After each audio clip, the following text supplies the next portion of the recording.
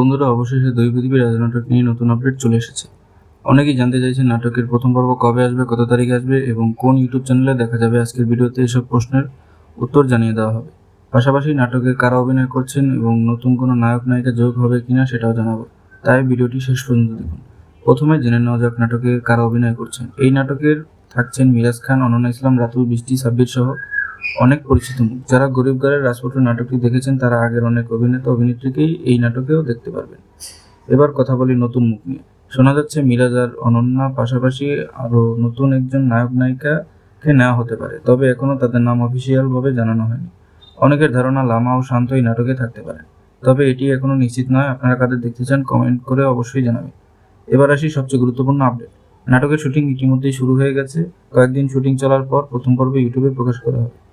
সবকিছু ঠিক থাকলে আগামী শনিবার দুপুর 12টায় কারোহিম ইউটিউব চ্যানেলে দুই পৃথিবীর রাজা নাটকের প্রথম পর্ব দেখা যাবে।